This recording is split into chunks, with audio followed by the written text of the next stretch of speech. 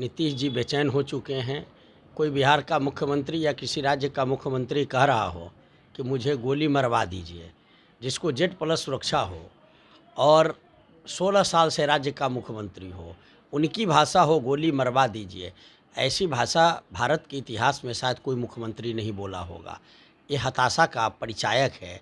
वो नैतिक ताकत खो चुके हैं। नमस्कार दोस्तों, एक बार पुनः हमारी उपस्थिति है कुशेश्वर स्थान में, जहां 30 अक्टूबर को उपचुनाव होने हैं। आज के ही दिन आरजेडी सुप्रीमो लालू यादव का आगमन हुआ और जिस प्रकार से यहां का समीकरण बन रहा है, ट्विस्ट प्रत्येक दिन आ रहे हैं, आरोप प्रत्यारोप का दौर चल रहा है। और कुशेश्वर स्थान के चुनावी समीकरण के से संबंध में बात करने के लिए आज हमारे साथ होंगे सीतामढ़ी के पूर्व सांसद अर्जुन राय जी। सर, सबसे पहले बुलंद बिहार आपका बहुत बहुत स्वागत है। चलिए, धन्यवाद आपका। कुशेश्वर स्थान की क्या स्थिति है सर? चुनाव जीत चुके हैं, औपचारिकता बाकी है। नीतीश जी बेचैन हो चुके हैं। कोई बिहार का मुख्यमंत्री या किसी राज्य का मुख्यमंत्री कह रहा हो कि मुझे गोली मरवा दीजिए, जिसको जेड प्लस सुरक्षा हो और 16 साल से राज्य का मुख्यमंत्री हो, उनकी भाषा हो गोली मरवा दीजिए। ऐसी भाषा भारत के इतिहास में शायद कोई मुख्यमंत्री नहीं बोला होगा। ये हताशा का परिचायक है। वो नैतिक ताकत खो चुके हैं। जब एक बार वो एनडीए में थे तो बीजेपी का वोट लेकर धोखा देकर भागे। 2015 में लालू जी से समझौता करके महागठबंधन का वोट लेके भागे। उनका नैतिक ताकत समाप्त हो चुका है। मानसिक रूप से वो दिवालिया हो चुके हैं। अब उनसे यह पद संभल नहीं रहा। ये बिहार की जनता जानती है। जहाँ तक कुशेश्वर स्थान का सवाल है, तो हम 5-6 दिन से यहाँ घूम रहे हैं। नीतीश जी अगर एक दिन घूम ले तो 1 महीने वो बीमार रहेंगे। 16 साल मुख्यमंत्री रहने के बाद एक पंचायत, एक गांव में जाने की सड़क नहीं, चारों तरफ पानी है, जल प्रबंधन पर काम नहीं, गरीबी, लाचारी, बेबसी है और लगातार इनके एमएलए रहे हैं।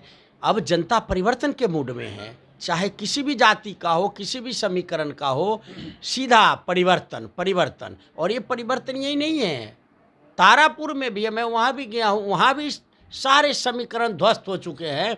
और नीतीश जी की सभा में 19 लाख रोजगार के वादा को लेकर नौजवान जब खड़े होते हैं तो नौजवानों पर टोंट करते हैं। तो जहाँ के मुख्यमंत्री मानसिक रूप से विक्षिप्त हो चुका हो तो उस पर क्या कहना है। हम दोनों सीट जीत चुके हैं। अब रिकॉर्ड कितना होगा ये जनता के ऊपर है। कोई ऐसी जाति नहीं है, कोई ऐसा इलाका नहीं है, कोई ऐसा बूथ नहीं है जहां पर हमारी जीत होने की संभावना नहीं है। सर, चूँकि आप पहली बार चुनाव लड़ रहे हैं और आप में कॉन्फिडेंस भी है, और आज जो चुनावी सभा हुआ लालू यादव का, उसमें भारी संख्या में भीड़ भी दिखी। लालू जी कई वर्षों के बाद चुनावी सभाओं में थे, लोग देखने के लिए उमड़ पड़े थे और उन्होंने उस बात को दोहराया भी कि हमने भगवतिया देवी जो पत्थर तोड़ती थी उसको टिकट देके सांसद बनवाया। और वर्तमान में जो आपके प्रत्याशी हैं उनके बारे में भी कहा जाता है काफ़ी गरीबी से गुजरे हैं और उनको बुला के टिकट देना, और ये क्या कहता है? मैं बता दूं, लालू प्रसाद जी अब विचारधारा बन चुके हैं और यह विचारधारा पूरे देश में अनुकरणीय है और लोग अनुकरण करते हैं, देर से ही सही। उन्होंने केवल एक बात कहा, भगवतिया देवी। जितने भी वंचित समाज बिहार में है, चाहे मल्लाह हो, निषाद हो, बिंद हो, मंडल हो, सबको अगर किसी ने सम्मानित किया तो लालू प्रसाद जी ने किया।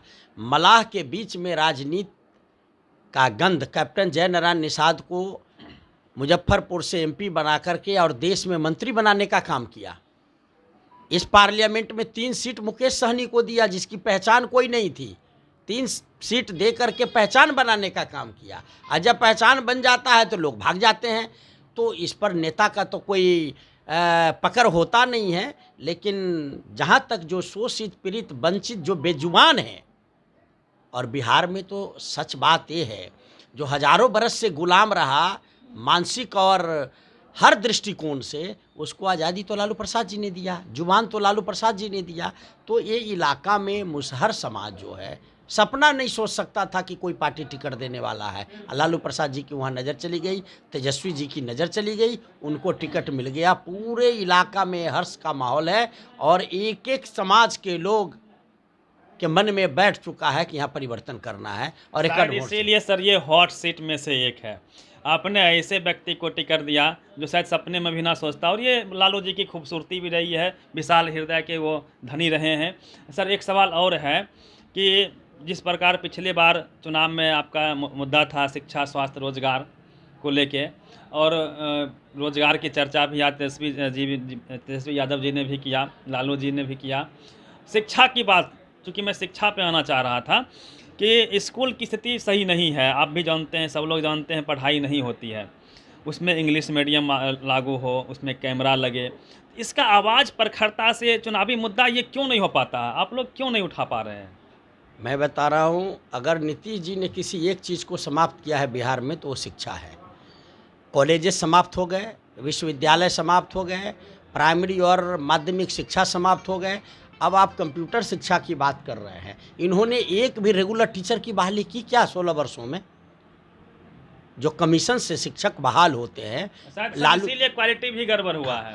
पहले सुन लीजिए, एक भी शिक्षक की बहाली इन्होंने नहीं की, कॉलेजेज में टीचर्स की बहाली नहीं की, फैकल्टी की बहाली नहीं की, यूनिवर्सिटी सर्विस कमीशन को इन्होंने भंग कर दिया था।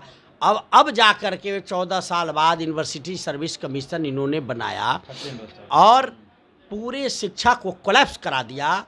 पूरे बिहार के शिक्षक, बिहार के बच्चे कोटा में, दिल्ली में, बेंगलोर में, देश के विभिन्न जगहों पर पढ़ाते भी हैं और पढ़ते भी हैं। हजारों करोड़ रुपए सालाना बिहार के लोगों का जाता है बिहार से बाहर पढ़ाने के लिए।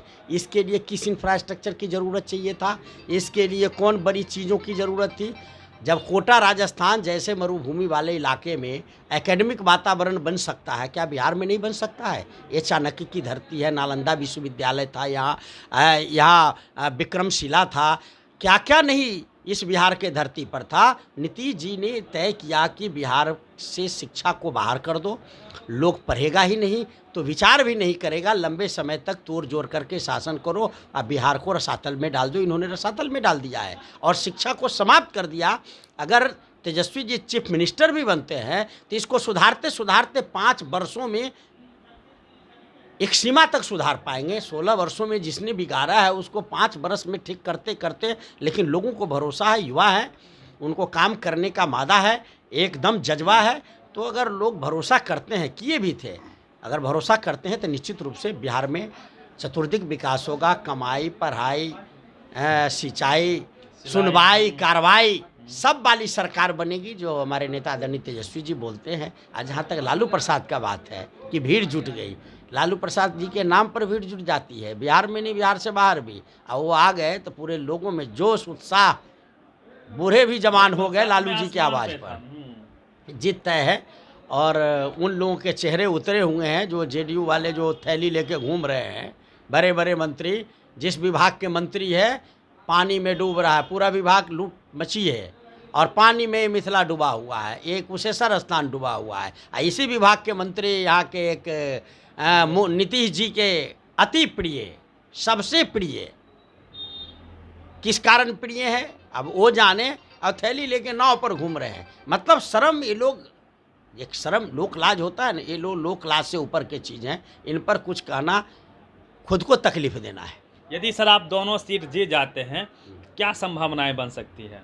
वो बात आगे करेंगे, अभी दोनों सीट जीतने दीजिए, पहले सीट जीतते हैं। पहले सीट। और इसमें भी एक रहस्य है, मैं आपको बता दूं कि आरजेडी दावा कर रही है यदि दोनों सीट उनके पाले में आती है तो कहीं ना कहीं सरकार बनाने का भी दावा किया जा सकता है। ऐसा भी लोग लगातार सवाल उठा रहे हैं। फिलहाल आप बने रहिए बुलंद बिहार के साथ। मैं हूं रवि मेहता, बेगूसराय।